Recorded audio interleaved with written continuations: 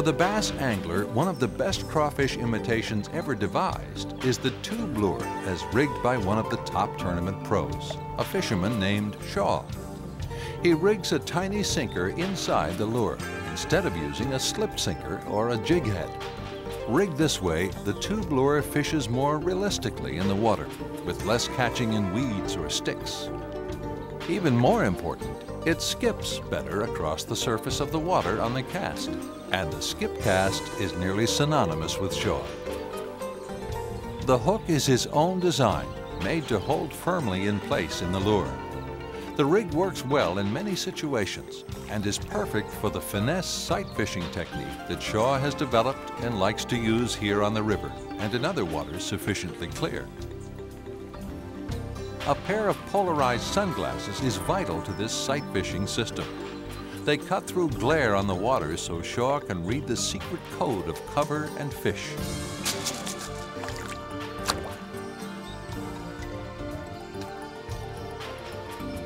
I love bass fishing. Of course, I love all kinds of fishing, but bass seem to be really unique. Most other species you can catch, just about any time. But bass, if you're not doing it right, you just don't get bit. And that's what makes it such a challenge, and that's why I love pursuing them pretty much more than any other species.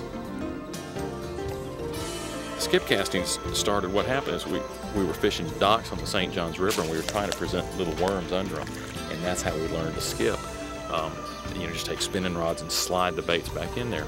And then when I started spending a lot of time sight fishing, you'd make some casts where you'd splash it and you'd realize the fish would move out of the way, and every now and then you'd have a tree limb laying there and you'd skip it up under a tree limb just like we would a normal dock. And all of a sudden I realized that they would key in on that skip and they'd actually follow it. Sometimes they'd take it right off the surface on the skip. And then I realized, I said, well, this is, dummy, why didn't I think of this earlier? That it's just like a natural bait fish or something being scared away from the fish.